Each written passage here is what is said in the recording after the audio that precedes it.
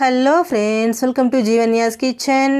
Friends, இன்றைக்கி நம்ம ரொம்ப சிம்பிளான முறையில் சட்டுன்னு 10லேருந்து 15 நிமிஷத்துக்குள்ளே செய்கிற மாதிரி ரொம்பவே ஹெல்தியான ரொம்ப டேஸ்டியான ஒரு பிரேக்ஃபாஸ்ட் ரெசிபி செய்ய போகிறோம். இது எப்படி செய்கிறதுங்கிறத பார்க்குறதுக்கு முன்னாடி நம்ம சேனல் ஜீவன்யாஸ் கிச்சனை மறக்காமல் சப்ஸ்கிரைப் பண்ணி பக்கத்தில் இருக்க பெல் சிம்பிளையும் கிளிக் பண்ணிக்கோங்க. ஃபஸ்ட்டு ஒரு பவுல் எடுத்துகிட்டு அதில் 250 ml கப்பில் 1 கப் அளவுக்கு ரவை சேர்த்துக்கிறேன்.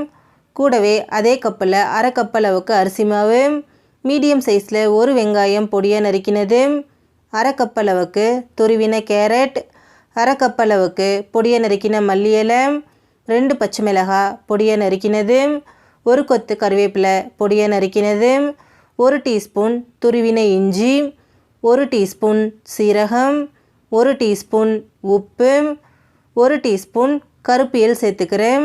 கூடவே அரை கப் அளவுக்கு ஃப்ரெஷ்ஷான தயிர், புளிக்காத தயிராக சேர்த்துக்கோங்க. எள் வந்துட்டு கருப்பு எள், வெள்ளை எள் எது வேணாலும் நீங்கள் சேர்த்துக்கலாம். சேர்த்துட்டு ஃபஸ்ட்டு இதை நல்லா கலந்துக்கோங்க. எடுத்த உடனே தண்ணி சேர்க்க வேண்டாம். இந்த தயிர்லேயே ஃபஸ்ட்டு நல்லா மிக்ஸ் பண்ணிக்கலாம். பாருங்கள், எல்லாத்தையும் ஒன்று சேர்த்து நல்லா மிக்ஸ் பண்ணியாச்சு. இப்போ இது கூட தண்ணி சேர்த்துக்கலாம். தண்ணி ரொம்ப சேர்க்காதீங்க. கொஞ்சமாக தண்ணி சேர்த்துட்டு நார்மலாக சப்பாத்திக்கு மாவு பிசைவோம் இல்லைங்களா, அந்தளவுக்கு நல்லா சாஃப்டாக பிசைஞ்சு எடுத்துக்கலாம். நல்லா இந்த மாதிரி கையால் அழுத்தம் கொடுத்து பிசைஞ்சிக்கோங்க. அவ்வளோதான், பாருங்கள், நல்லா சாஃப்டாக பிசைஞ்சாச்சு. இப்போ இதில் ரவை சேர்த்துருக்கோம் இல்லைங்களா, அது கொஞ்சம் ஊறணும். அதனால் ஒரு 10 நிமிஷத்துக்கு இதை அப்படியே வச்சுடுவோம். நம்ம சேர்த்துருக்கக்கூடிய ரவை எல்லாம் நல்லா ஊறி வரட்டும்.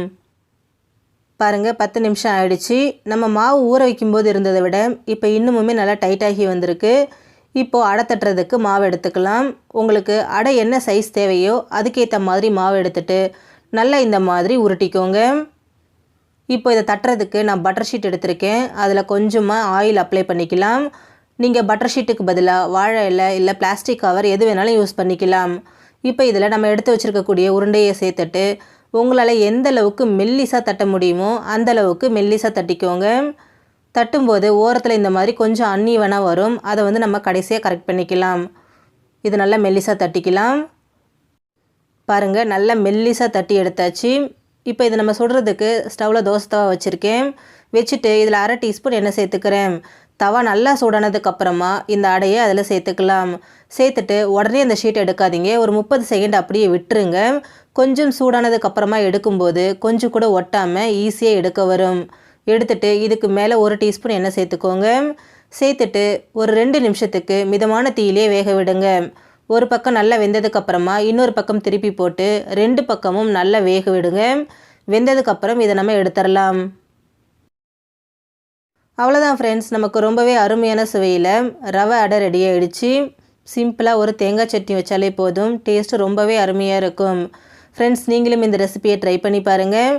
இந்த வீடியோ உங்களுக்கு பிடிச்சிருந்தா லைக் பண்ணுங்கள், ஷேர் பண்ணுங்கள், கமெண்ட் பண்ணுங்கள்.